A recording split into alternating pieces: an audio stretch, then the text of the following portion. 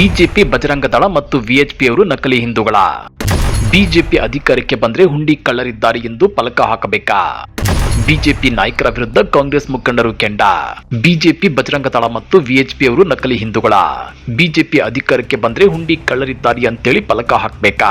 BJP ನಾಯಕರ ವಿರುದ್ಧ ಕಾಂಗ್ರೆಸ್ ಮುಖಂಡರು ಕೆಂಡ ಕಾರುತ್ತಿರೋದಕ್ಕೆ.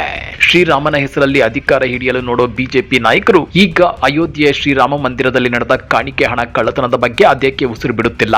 ಅಷ್ಟಕ್ಕೂ ಏನಿದು ಪೊಲಿಟಿಕಲ್ ಫೈಟ್ ಅಂತ ಅದನ್ನ ಡೀಟೇಲ್ ಆಗಿ ತೋರಿಸ್ತೇವೆ. ಆದ್ರೆ ಅದಕ್ಕಿಂತ ಮೊದಲು ಹಲೋ ಕನ್ನಡ ಯೂಟ್ಯೂಬ್ ಚಾನೆಲ್ ಅನ್ನ ಸಬ್ಸ್ಕ್ರೈಬ್ ಮಾಡ್ಕೊಳ್ಳಿ. ಹಾಗೇನೆ ಪಕ್ಕದಲ್ಲಿರೋ ಬೆಲ್ ಬಟನ್ ಅನ್ನು ಪ್ರೆಸ್ ಮಾಡಿ.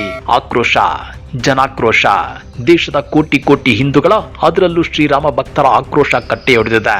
ರಾಮನ ಹೆಸರಲ್ಲಿ ಅಧಿಕಾರ ಹಿಡಿಯಲು ನೋಡೋ ಬಿಜೆಪಿ ನಾಯಕರು ಈಗ ಅಯೋಧ್ಯೆ ರಾಮ ಮಂದಿರದಲ್ಲಿ ನಡೆದು ಹೋಗಿರೋ ಕಾಣಿಕೆ ಹಣದ ಕಳ್ಳತನದ ಬಗ್ಗೆ ಅದೇಕೆ ಗಟ್ಟಿಯಾಗಿ ದನಿ ಎತ್ತುತ್ತಿಲ್ಲ? ಅದೇ ಒಂದೊಮ್ಮೆ ಕೇಂದ್ರದಲ್ಲಿ ಕಾಂಗ್ರೆಸ್ ಸರ್ಕಾರ ಇದ್ದು ರಾಮ ಮಂದಿರದಲ್ಲಿ ಇಂಥ ಘಟನೆ ನಡೆದು ಹೋಗಿದ್ರೆ ಬಿಜೆಪಿ ನಾಯಕರು ಸುಮ್ಮನೆ ಬಿಡ್ತಿದ್ರ? ಆಕಾಶ ಭೂಮಿಯನ್ನ ಒಂದು ಮಾಡ್ತಿದ್ರಲ್ವಾ? ಮೈನ್ ಸ್ಟ್ರೀಮ್ ಮಾಧ್ಯಮಗಳು ಇಷ್ಟೊತ್ತಿಗೆ ಕಾಂಗ್ರೆಸ್ ಸರ್ಕಾರವನ್ನ ಹಿಂದೂ ವಿರೋಧಿ, ಮುಸ್ಲಿಂ ಪರ ಅಂತ ಬಿಂಬಿಸಲು ದೊಡ್ಡ ಮಟ್ಟದಲ್ಲಿ ಪ್ರಚಾರ ಮಾಡುತ್ತಿರ್ಲಿಲ್ವಾ? ಆದ್ರೆ ಪ್ರಧಾನಿ ಮೋದಿ ಈ ಬಗ್ಗೆ ಇದುವರೆಗೂ ಅದ್ಯಾಕೆ ಮೌನ ಮುರಿಯುತ್ತಿಲ್ಲ ಅನ್ನೋ ಪ್ರಶ್ನೆ ಇದೀಗ ದೇಶದ ಜನರನ್ನ ಕಾಡ್ತಿದೆ. ಇದೇ ವೇಳೆ ಬಿಜೆಪಿ ನಾಯಕರ ವಿರುದ್ಧ ಕಾಂಗ್ರೆಸ್ ಮುಖಂಡರು ತಿರುಗಿ ಬಿದ್ದಿದ್ದಾರೆ.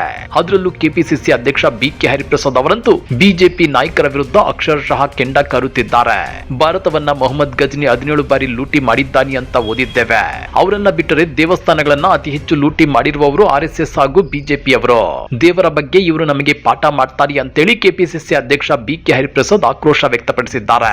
ಮೊನ್ನೆ ಭಾರತ್ ಜೋಡೋ ಭವನದಲ್ಲಿ ಕೆಪಿಸಿಸಿ ಪ್ರಚಾರ ಸಮಿತಿ ಏರ್ಪಡಿಸಿದ್ದ ವಿಚಾರ ಸಂಕಿರಣದಲ್ಲಿ ಮಾತನಾಡಿರೋ ಬಿಕೆ ಹರಿಪ್ರಸಾದ್, ಬಿಜೆಪಿ ಅಧಿಕಾರಕ್ಕೆ ಬಂದ್ರೆ ದೇವಸ್ಥಾನದ ಮುಂದೆ ಹುಂಡಿ ಕಳ್ಳರಿದ್ದಾರೆ ಅಂತ ಫಲಕ ಹಾಕಬೇಕು ಎಂಬಂತಾಗಿದೆ ಅಂತೇಳಿ ವ್ಯಂಗ್ಯವಾಡಿದ್ದಾರೆ.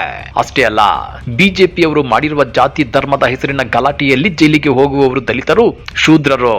ಆದ್ರೆ ರಾಮ ಮಂದಿರ ಲೂಟಿ ಮಾಡಿದವರ್ಯಾರು? ದಲಿತರು, ಶೂದ್ರರೇ.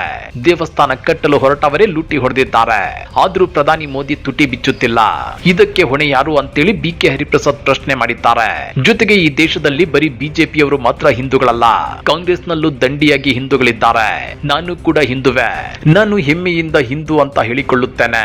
ನಾನು ಪಾಲಿಸುವ ಹಿಂದೂ ಧರ್ಮ ಮಹಾತ್ಮ ಗಾಂಧಿ, ವಿವೇಕಾನಂದ, ನಾರಾಯಣ ಗುರು, ಕನಕದಾಸ, ಬಸವಣ್ಣ ಹೇಳುವ ಧರ್ಮ.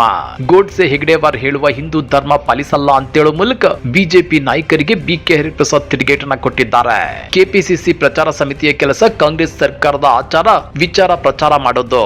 ಅದರ ಹೊರತಾಗಿ ನೀವು ಬೇರೆ ಏನನ್ನೂ ಮಾಡಬೇಡಿ. ಬೆಂಗಳೂರಿನಲ್ಲಿ ಸದ್ಯದಲ್ಲೇ ಚುನಾವಣೆ ಬರಲಿದೆ, ಅದಕ್ಕೆ ಸಿದ್ಧರಾಗಿ ಅಂತೇಳಿ ಬಿಕೆ ಹರಿಪ್ರಸಾದ್ ಮನವಿ ಮಾಡಿಕೊಂಡಿದ್ದಾರೆ. ಮತ್ತೊಂದು ಕಡೆ ರಾಮ ಮಂದಿರದ ದೇಣಿಗೆ ದುರುಪಯೋಗ ಆರೋಪಕ್ಕೆ ಸಂಬಂಧಪಟ್ಟಂತೆ ಬಿಜೆಪಿ, ಬಜರಂಗ ದಳ ಮತ್ತು ಹಿಂದೂ ವಿಶ್ವ ಪರಿಷತ್ ವಿರುದ್ಧ ರಾಜ್ಯಸಭಾ ಸಂಸದ ಕಪಿಲ್ ಸಿಬಲ್ ವಾಗ್ದಾಳಿ ನಡೆಸಿದ್ದಾರೆ. ಜೊತೆಗೆ ಇವರನ್ನ ನಕಲಿ ಹಿಂದೂಗಳು ಅಂತ ಕರೆದಿದ್ದಾರೆ. ಈ ಬಗ್ಗೆ ಸಾಮಾಜಿಕ ಮಾಧ್ಯಮ ಎಕ್ಸ್ ನಲ್ಲಿ ಪೋಸ್ಟ್ ಮಾಡಿರುವ ಅವರು, ಬಿಜೆಪಿ, ವಿಎಚ್ಪಿ, ಬಜರಂಗ ದಳ ರಾಮನ ಹೆಸರಲ್ಲಿ ಮತ ಕೇಳುವ ಇವರು ನಂತರ ರಾಮನನ್ನೇ ಲೂಟಿ ಮಾಡುತ್ತಾರೆ ಅಂತ ಆರೋಪಿಸಿದ್ದಾರೆ. ಜೊತೆಗೆ ಅಸಲಿ ಹಿಂದೂಗಳ ಬಗ್ಗೆ ಇವ್ರಿಗೇನ್ ಗೊತ್ತು, ಇವರೆಲ್ಲ ನಕಲಿ ಹಿಂದೂಗಳು ಅಂತೇಳಿ ಆಕ್ರೋಶ ವ್ಯಕ್ತಪಡಿಸಿದ್ದಾರೆ. ಸದ್ಯಕ್ಕೆ ಇದಿಷ್ಟು ನಡೆಯುತ್ತಿರೋ ದೊಡ್ಡ ಪೊಲಿಟಿಕಲ್ ಫೈಟ್. ಆದ್ರೆ ಒಂದಂತೂ ನಿಜ, ದೇವರ ಹೆಸರಲ್ಲಿ ರಾಜಕೀಯ ಮಾಡೋದನ್ನ ಬಿಟ್ಟು ದೇವಸ್ಥಾನದ ಪಾವಿತ್ರ್ಯತೆ ಮತ್ತು ಭಕ್ತರ ದುಡ್ಡಿಗೆ ಗೌರವ ಕೊಡಬೇಕಾಗಿರೋದು ಎಲ್ಲರ ಕರ್ತವ್ಯ. ಈ ಬಗ್ಗೆ ನೀವೇನಂತೀರಾ? ಕಾಂಗ್ರೆಸ್ ನಾಯಕರು ಮಾಡ್ತಿರೋ ಈ ಆರೋಪಗಳಲ್ಲಿ ನಿಜ ಇದೆಯಾ? ನಿಮ್ಮ ಅನಿಸಿಕೆಯನ್ನ ಕೆಳಗಡೆ ಕಮೆಂಟ್ ಬಾಕ್ಸ್ ನಲ್ಲಿ ಶೇರ್ ಮಾಡಿ. ವಿಡಿಯೋ ಇಷ್ಟ ಆಗಿದ್ರೆ ಲೈಕ್ ಮಾಡಿ, ನಿಮ್ಮ ಫ್ರೆಂಡ್ಸ್ ಜೊತೆ ಶೇರ್ ಮಾಡಿ.